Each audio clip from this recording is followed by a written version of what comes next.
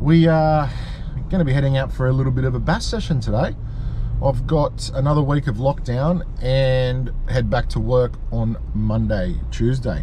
So I thought I'd get the camera out and do a bit of filming for Bass 2021-22. It's been a while since I've had the camera out. Hopefully we can get stuck into a few bass. It's blowing a massive westerly. I am not expecting too much, but you never know. These bass just, I can never pick them. Sometimes you think the day is perfect and you're gonna crack them and get nothing, and other days you think, well, what the point am I going out? And next thing you know, you're catching a bunch of fish. So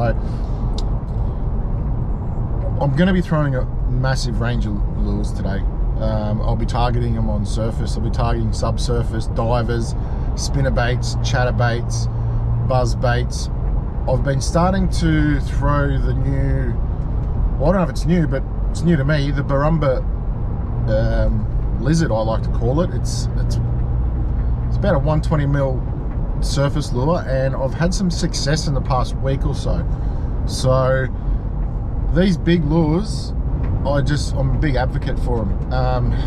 No matter what size of bass is there, they will have a go. Even if they can't fit this in their mouth, in the lure in their mouth, they'll still have a go at it. Whether it's from hunger or whether it's from just get out of my spot. This is my spot, I own it. Yeah, they just amaze me, these bass. Like I caught one the other night, and the bass was literally the same size as the lure. I couldn't even fit my thumb in its mouth, and the lure is just, yeah, it amazes me. So I'm gonna go out there today, throw big lures. We'll probably target them first on subsurface because it is quite windy out. So that surface action might, yeah, it's gonna be tough. So chatterbaits, spinnerbaits, divers, and probably some plastics as well. Weedless plastics, we'll give them a crack down some of the wider snags, the deeper snags. But yeah, really looking forward to it. Let's just hope we don't get blown off the water, and let's just hope I've got something to report back to you guys. I want to get you guys some footage this season, and not only from the yak but from the boat as well. So yeah, stay tuned guys, let's hope we crack them. So what I'm just doing, I'm just going down the bank with that's the Daiwa Steez chatterbait. I've got a Z-Man craw on the back, and I'm just putting it into snags and slow rolling it out. I'm sometimes letting it sink, sometimes not, just trying to find a depth. It's been a bit slow for the first hour, so just trying to find a little bit of pattern. It's getting a bit darker. That wind's still howling like nothing else, but hey, you can only try.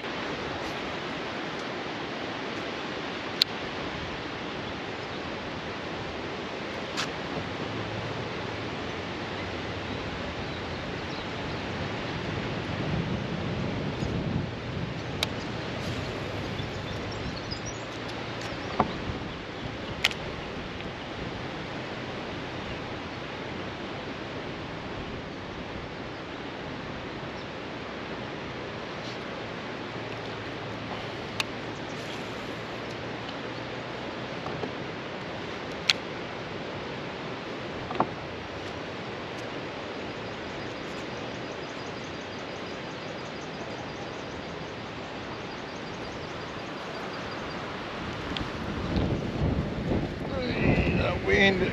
Oof.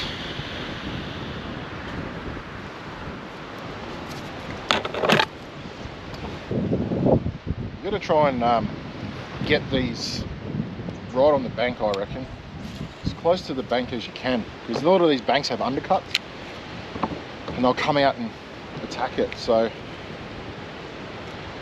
this time of year, if there's, well, there's a little bump, if there's fish here,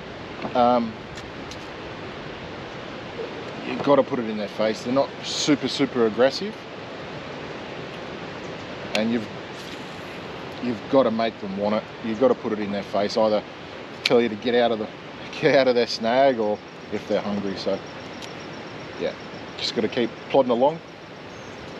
The more casts you put in the zone, the better it is. So got to really work on your accuracy, and the more accurate you get, you'll find the more fish you start catching. I might change it up here in a minute and put just a little beetle spin on, just to see if they want something different. Might even start throwing the frog soon. Get it right back up in there.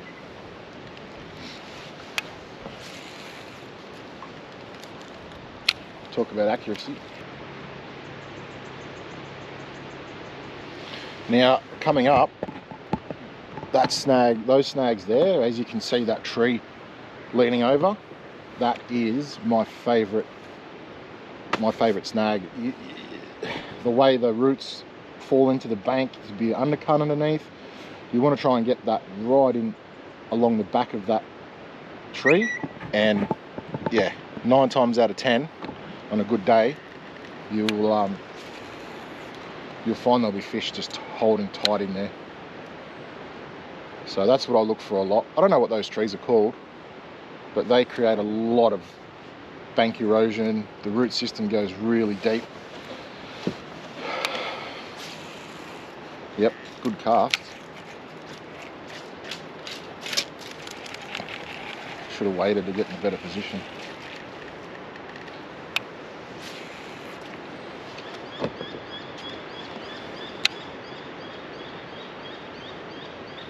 Especially when it's dark, or getting darker. Sit a surface lure right underneath there and just pop it away.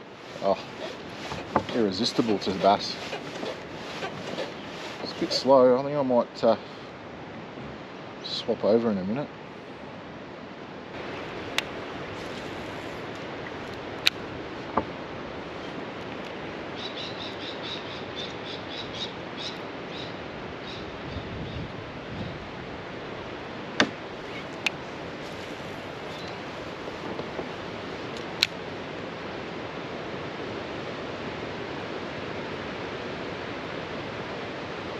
Really quiet, really quiet. Frustrating.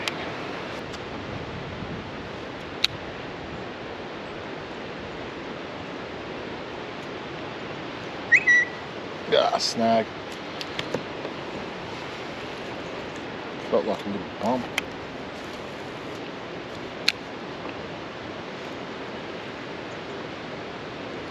Another snag. It's not bad. Plenty of places for these bass to live, just I don't know. Thought I might have got one, but not happening. That little lady on there, surely. Maybe it's just really shallow along there.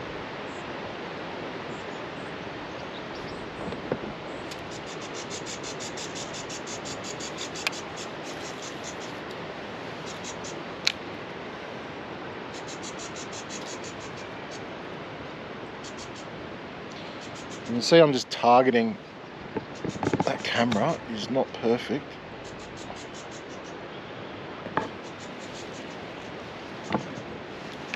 I'm just targeting all the little sticks, casting towards all the little sticks hanging out, because you know there's little homes for them to live. So bang that chatterbait into the sticks and they'll see it. I'll see the puffered moss or whatever that comes off those sticks, dirt, whatever, and then they'll get attracted to it, see the hear the vibration, see the flash, and they'll just whack it. But when it's slow, it's slow. I'm gonna give the beetle spin a go. Now, I like to run the Pro Lure paddle tail in black off the back. Just nice little action in through the water. Nice gold blade for this colour water is great, and I run a 1/8 number 2 jig head. So just usually put that into the thing, let it float down, and yeah, let's see what happens.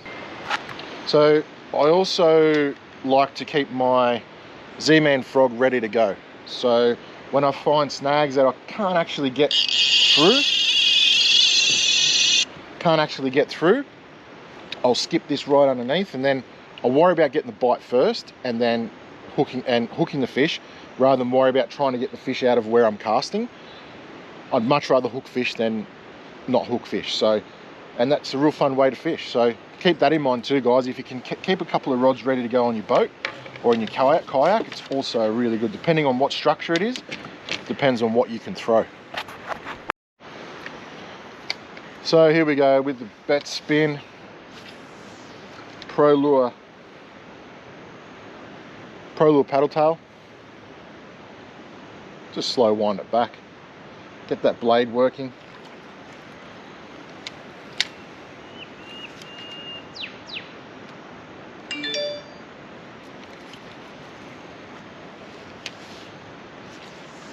You really want to feel that vibration through the rod tip when you're using anything like this, vibrating lures. That vibration, the fish can sense it. Big boof over there, big carp jumping out of the water. Same sort of process, cast it into the snag, get that blade working and slow roll it back. A bit of stuff in the water, I'm picking up a bit of stuff, which makes it a little bit difficult.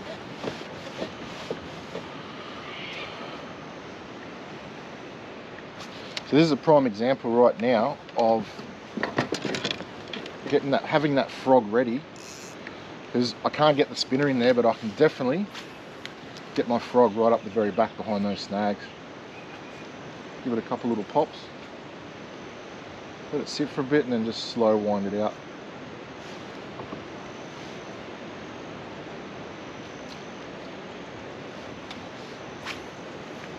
Right up the very back. Doesn't matter with the weedless, if you cast it over something, you can always just pop it out. And sometimes it attracts the fish even more because it's a bit more natural falling out of a tree.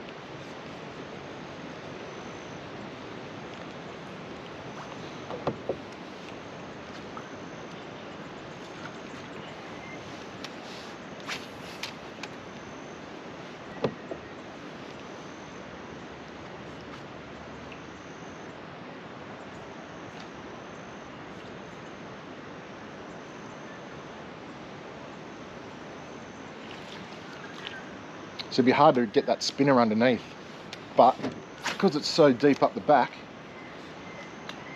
that was a hit, another hit. I can just roll it through all that stuff. Let's see if I can catch that fish.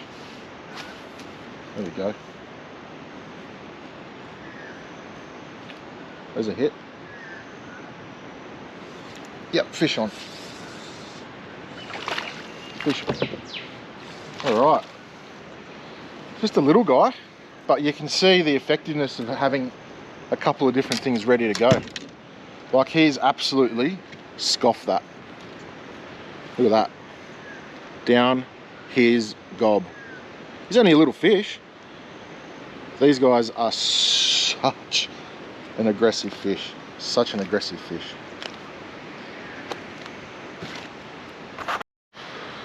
Alright, so there's the first bass of the day. Came on the frog, right deep in that structure. Nice and tiny. I just can't believe how deep that was. We'll just set him free. Away he goes. Number one. So yeah, you can just, as I was saying before, like, he had a couple little hits, didn't really feel it, but I had the frog ready. And the structure that I'm fishing, you need to be prepared. You don't have time to just change. You're going down the river and you've got structure like this, and skip it across the top. Now this time of year, because it's a little bit slower, usually the frogs I fish really fast, but I'll give the frog a bit more of a popping motion, and it sort of doesn't take it out of the strike zone too quick, but it gives maximum action. Well, that's good. I'm glad that's coming up. So I mean, just because you don't catch any fish doesn't mean it's not worth coming out. It's still great to get out, and just as long as you're taking something away from fishing. I know I'm rambling on a bit, but it's the first video, and I want to give you guys as much advice and chance to catch fish as you possibly can. So why do you have to make the mistakes when I've already made them? Terrible cast. With the frog, you want to get it on the bank. Like, if you can, the best cast with a frog is getting the frog on the bank and pulling it off the bank. Oh, hit my other rod.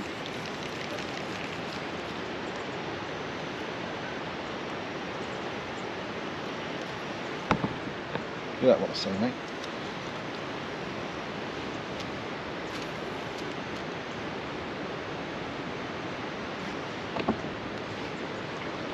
Well, there's a hit.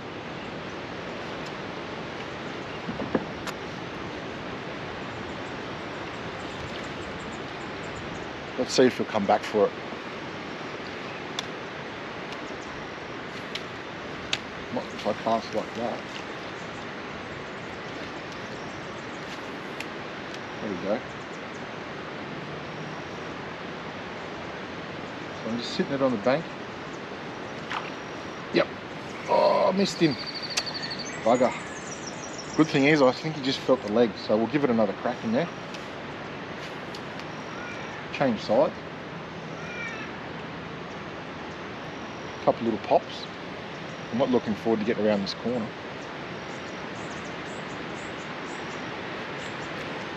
That wind is just howling. So with the weedless, you can punch it straight through.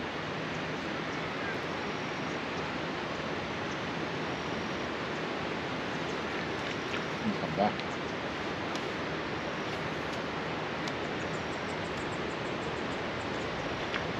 Yep. Oh, far out. Must be a small fish. If I try to put my spinner in there, see if he'll come back for the third time.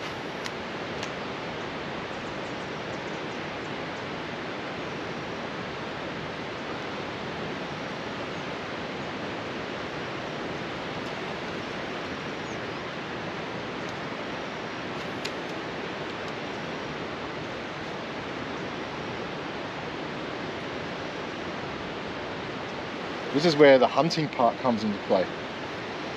You start trying to hunt these fish.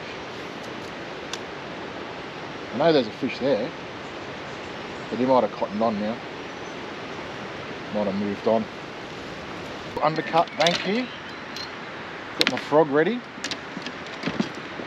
And I can skip it right in there. Right on the bank. I seem to be holding on the bank. So now I'm on the bank, and then I just bring it off. Let it sit there and pop it.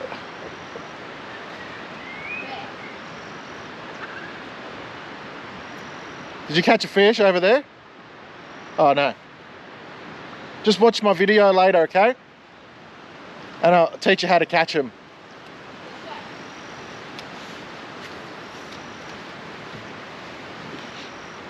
So in summer, I'd normally just cast and roll back, but it's early spring, so they're a bit slower. So we'll just sit there and pop it back. They're a little bit slower. Sort of slow things down a little. Gotta get it on that bank.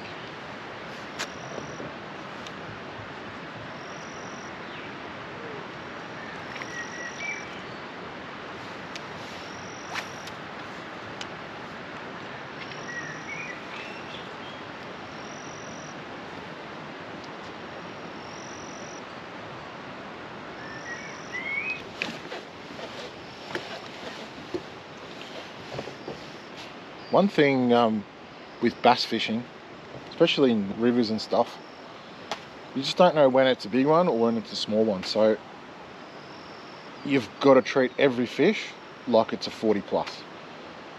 and just get them out of there. Otherwise, even the tiniest of fish will drag you around a snag, and you're going to lose gear or leave the hook in a fish's mouth. So you hook up, you get that fish out as soon as you can. Otherwise, you just keep losing fish. And because they don't have many places to go, they've just got to go home. And I really don't like leaving lures in fish's mouths. And I don't like having to keep paying for it. So treat every fish like it's a 40 plus and get them out of that snag quickly. So I've been having a little bit of success of late on the Barumba lizard. Let's see. It's the baby Bidjiwong by Matt Fraser. So this lure's probably about 120, 140 mil. We're looking at it, I haven't measured it. And it's a surface lure. And it just replicates a little eastern water dragon. So I just cast that out and let it sit on top and give it a couple of pops and work it back. It's been pretty successful. Let's see how we go.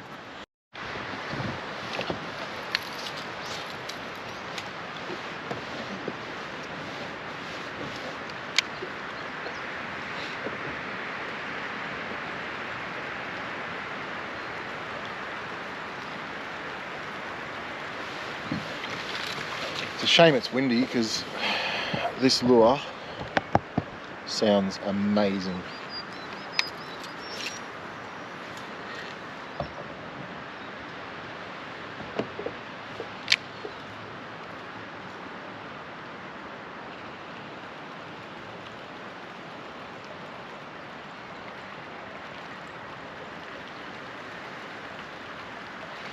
Same sort of thing, get it close to the bank, as close as you can, without getting it snagged, and just let it sit there for a bit.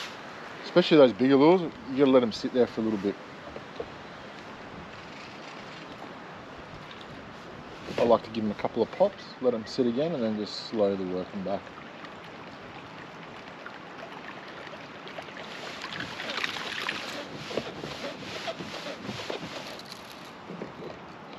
It's better around trees and stuff, but we'll just see how we go. I like using it.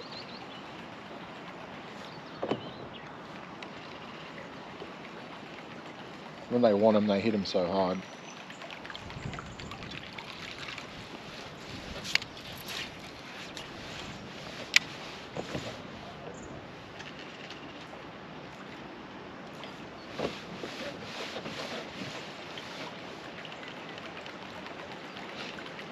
It's not the best bank. You know, we've got some overhanging trees. This is not too bad here. It's like a lizard's fallen from the tree.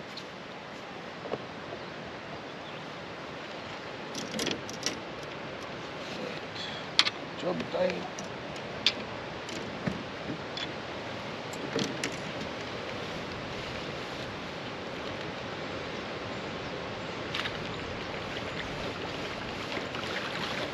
It's a shame this wind. This sound of this lure is just amazing. Try to target these weeds. This weed bed here.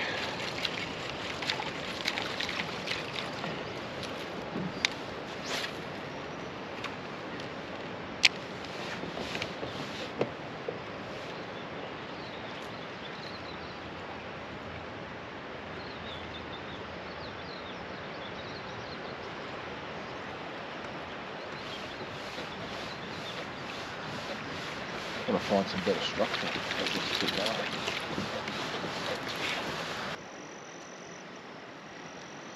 Two hits on the frog and nothing on the chatterbait. One hit on the vet spin. So, that'll be interesting.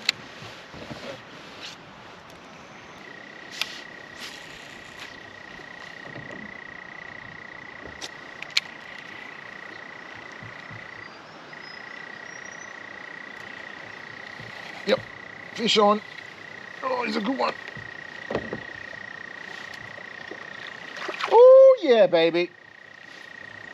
Look how fat he is. Look how fat he is. He's almost bursting. He absolutely whacked that chatterbait. What a hit. It bumped it like a stick.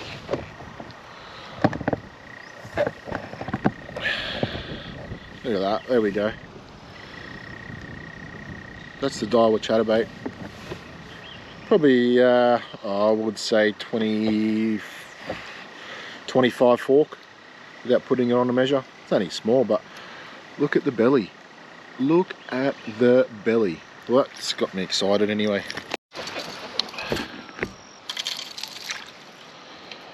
Alright, back to the bidgie. See if we can get one.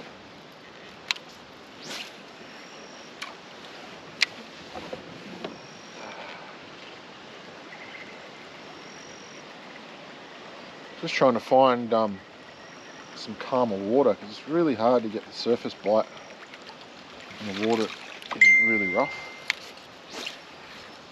Helps if I can cast. Got some nice water coming up here.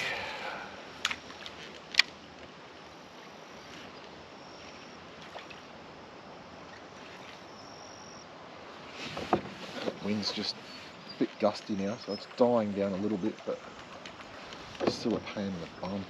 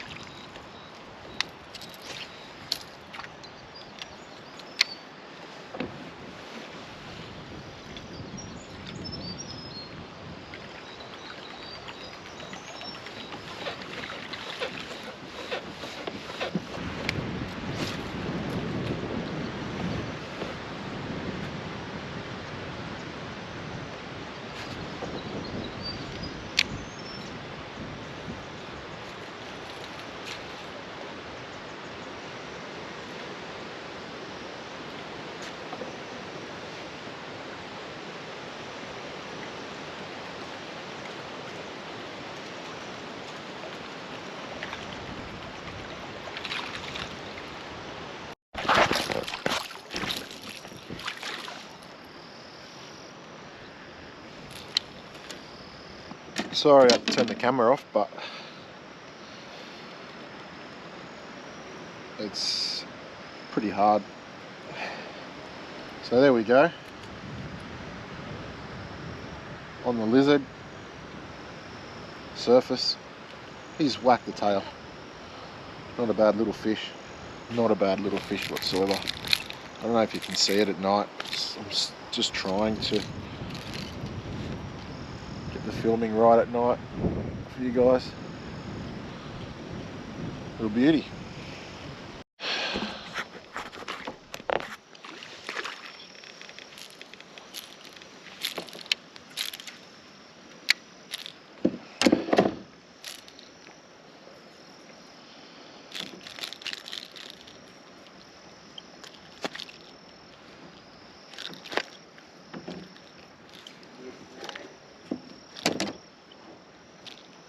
No, I got a fish.